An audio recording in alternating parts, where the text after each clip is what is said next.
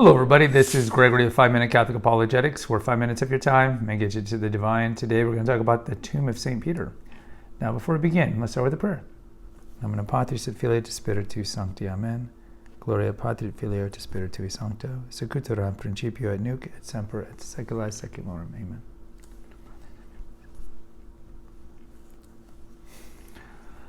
All right, I'll put a banner for some of the other historical episodes here. I'll even put a banner in for the epistles of 1 Peter and 2 Peter. So, some people ask, why is the head of the church in Rome? Well, it's normally because Peter is reputed to have died in Rome. We talk about this in the episode on how the 11, I guess you'd say 12, how the original apostles, how the apostles were martyred, how each of them were martyred aside from John the Evangelist. And the Vatican Hill at the time of ancient Rome, this is Imperial Rome, this is right after Augustus, so this is kind of the peak of Pax Romana, was kind of a swampy area, wasn't well regarded. But over here in this area of the Vatican Hill is where Peter was reputed to be crucified. Sacred tradition says that he was crucified upside down because he didn't want to die in the same manner that our Lord and Savior was crucified, so he asked to be crucified upside down, and that's where he was crucified. And also around this time, this is during the time of the Nero persecution, or Nero.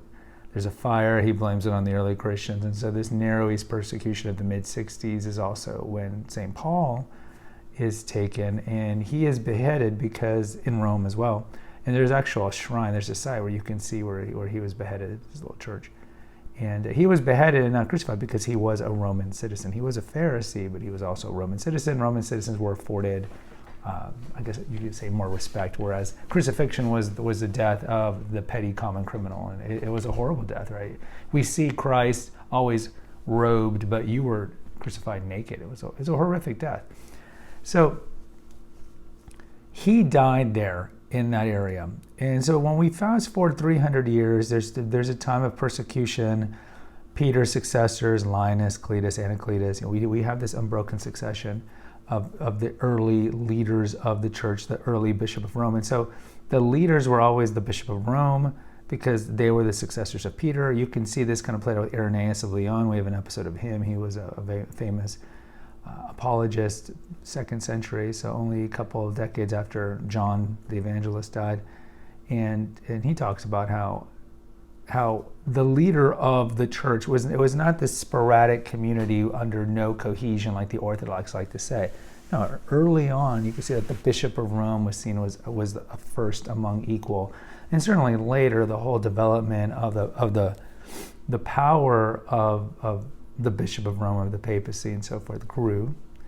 But there was always an understanding that the successors of Peter were the heads of the church, and you can see this definitely written in Irenaeus of Lyon. But anyway, so the early successors of Peter were all martyrs. I mean, pretty much the first, I don't know, something like 27 popes were martyrs, because this was a time of different persecutions throughout the first 250 years. You have the Decian persecution, you have the Diocletian persecution later on near the end. Diocletian was right before Constantine came, and Constantine legalized the church. We have an episode here on did Constantine create the Catholic Church, which is a complete lie. No, the Catholic Church existed for 300 years before Constantine. What Constantine did was legalize and allow Christianity. And so this time we interchangeably used the words Christian and Catholic because it was one and the same. And so he legalized Christianity in 313. So when the legalization occurred, in kind of reparation for the mea culpa that the Constantine saw as kind of like how the church was persecuted. And remember, he didn't become a Catholic Christian until his deathbed. He decided to give them back a lot of land that was taken from the early church during this time. And remember that the church was not always under persecution. And certainly if you look at the hinterlands like in Spain and hinterlands of Italy and in the Balkans and Greece, there were decades where Christianity was practiced freely. But once in a while, the emperors would come and do these crackdowns, certainly in Rome. So Constantine gave the land back, and it was always just kind of known among the early Christians, because again, we have this unbroken tradition, oral tradition, because when Peter died, it's not like no one was around that knew that Peter died there. There were Christians at that time in Rome, and then they just passed it down to their ancestors. This is where Peter died on Vatican Hill. This is where Paul died, and so forth. And it was passed down. So people always knew, especially as Christianity grew in these nascent years, people always knew that's where Peter died. That's where his bones are buried there. And then eventually, once Constantine legalized the church, he allowed for the building of what we would call St. Peter's Church, the first St. Peter's Church that was built, starting to be built in the 4th century AD. And then it was eventually built, and it existed for about 1,000 years, and then eventually it was deteriorating, and at that time in the Renaissance is when the proper Vatican Church, St. Peter's Basilica, I should say, was built in the 1500s.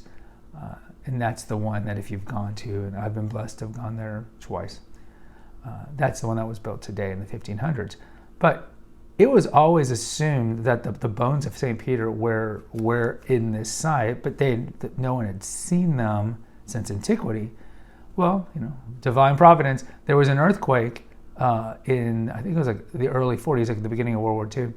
And so St. Pius, he's not a saint. Heaven forbid Pius XII be a saint.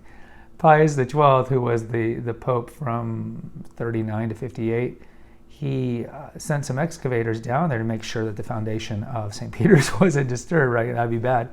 And they found the crypt. And the crypt was, it says, herein lies the bones of St. Peter. I'm kind of paraphrasing, but herein lies the bones of Peter. And they've done tests on it, just like we did on the episode on retorting Marian apparitions are demonic. It's not like the church doesn't do its due diligence to make sure that these aren't frauds. So the church did tests on the tomb, and it's dated from the 1st century. And so now, after the excavations, you can go to the Vatican, you can go to St. Peter's and see in the necropolis, which is like the city of the dead, underneath the church, the bones of St. Peter. Now, it's special permission. Clearly, they're not going to let the tourist line go through there, but it is there. You can see it, and it was always there. It was always there. It was always there. And a lot of things too. The last thing I want to finish on is Constantine's mother, St. Helen, went to the Holy Land because she was a devout Christian Catholic. And she brought back a lot of relics because, again, it's the same thing. When she went back, this is 300 years later. How are they going to remember where Jesus was crucified and the tomb of this and this? Well, again, remember, and we see this kind of played out in the New Testament treatment I did, like on the Epistle of James. There was always a Christian community in Jerusalem, and when the first temple was destroyed, when the second temple was destroyed in AD 70, the Christians were told to get out of Jerusalem, bad things about to happen. Jesus prophesied that bad things were going to happen. And so they fled, but eventually they came back. There was always an early Christian community in what we would call the Holy Land, since the time of Jesus Christ and so forth.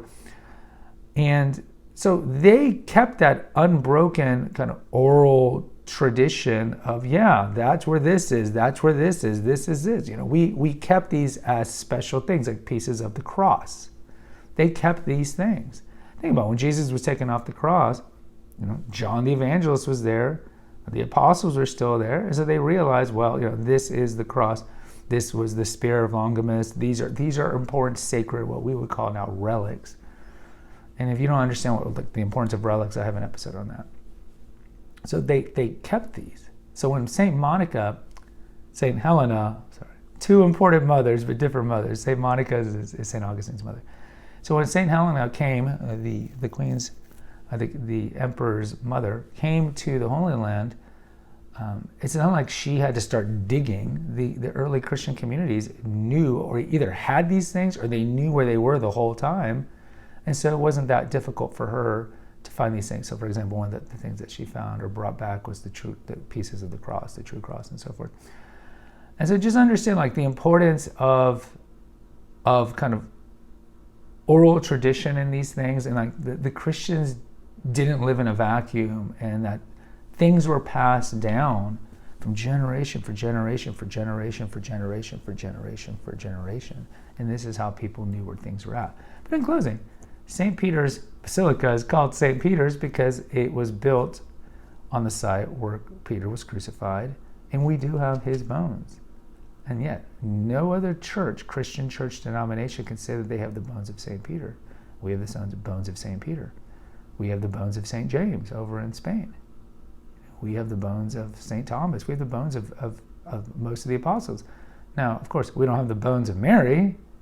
No church in the world, Orthodox, Catholic, and certainly the Protestants, claim to have the bones of St. Mary because Mary was assumed. Mary was assumed. There is no bones of Mary. Mary's body, through the power of God, was assumed into heaven. So she is in heaven and has been in heaven since the Assumption, body and soul. And with St. Joseph's tomb, in the Holy Land, there's a couple places that are like shrines, but nobody has really definitively found the bones of St. Joseph. Because remember, when Joseph died, he is the patron saint of peaceful deaths. He was a poor carpenter, so it's not like he would have had an elaborate tomb. And yes, after Jesus died, and the early Christians could have asked Mary, because Mary clearly would have known. Mary would have told Luke. A lot of the Luke gospel is kind of seen through the words of Mary. Or she certainly would have told John the Evangelist, given that she lived with John, where Joseph was buried. And the early Christians could have found the tomb and moved it to a nicer tomb. But no church definitively says these are the bones of St. Joseph. Either way, it's a little off topic there. Guys, post in the comments. Love to hear from you. Have you been to the Vatican? Please hit the notification, subscribe, and share button. Until next time, take care. God bless and pray.